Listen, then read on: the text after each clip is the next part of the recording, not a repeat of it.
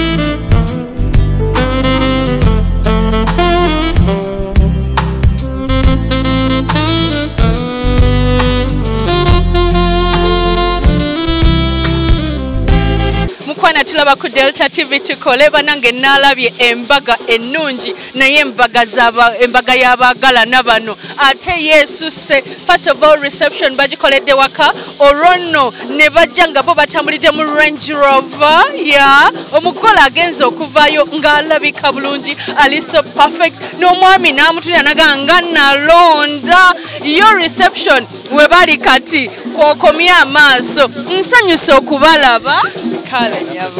Munyumye. Thank you. How is your day so far? My day is so far really good. I've got my glam team, so I'm really happy and comfortable. I know. Yes. I live very smart. But and the colors complement him really well. So yeah, it's really looking very good. Chilungi. Yes. How are you today? I'm very happy. Yes. We've managed to pull it off.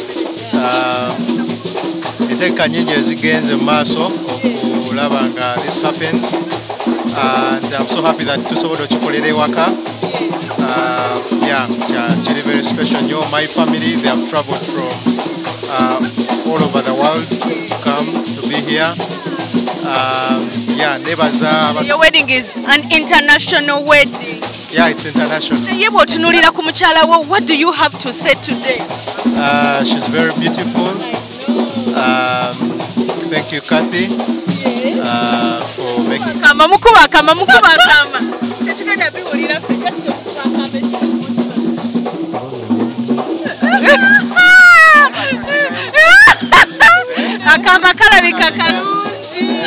Kubanga you've smiled. I'm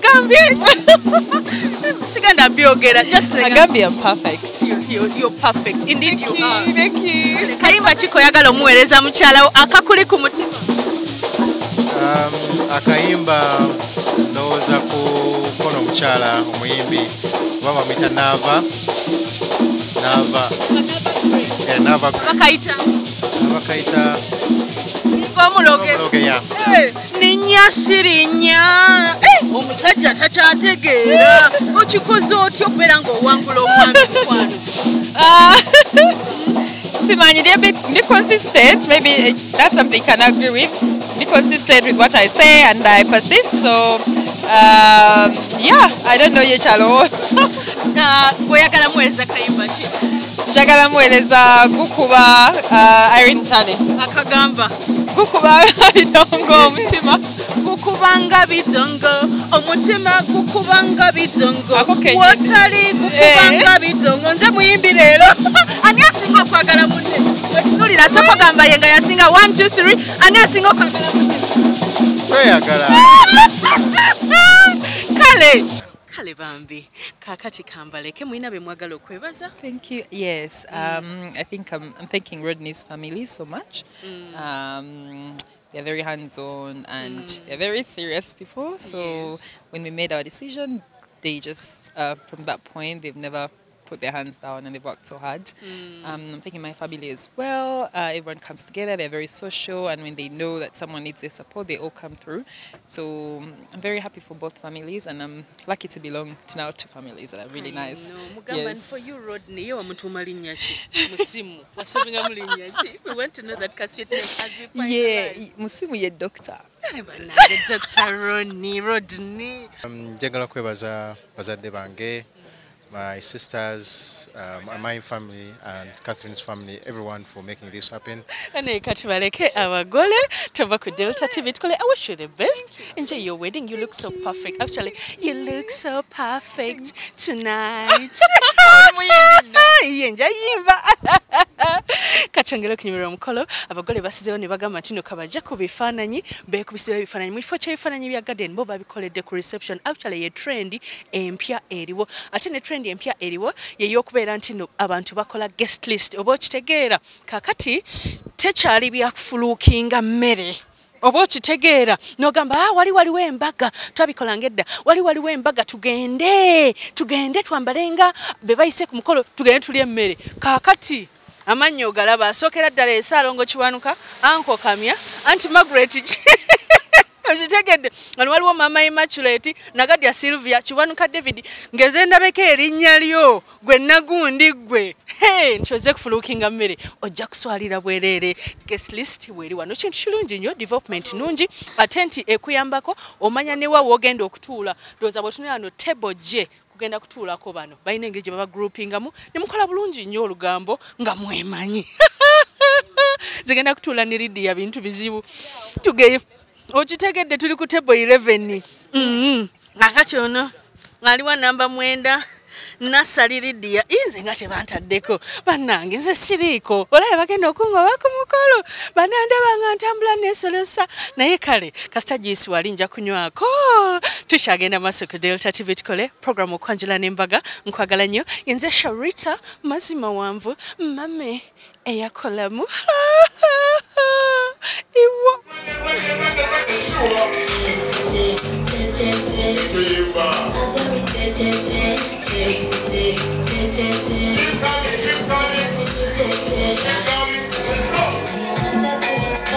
Let's go. I want to see you dancing. I want to see you dancing. I want to see you dancing. I want to see you dancing. After somewhere here. Let's give me the pillow. Sure. Don't get hold of the way to get me.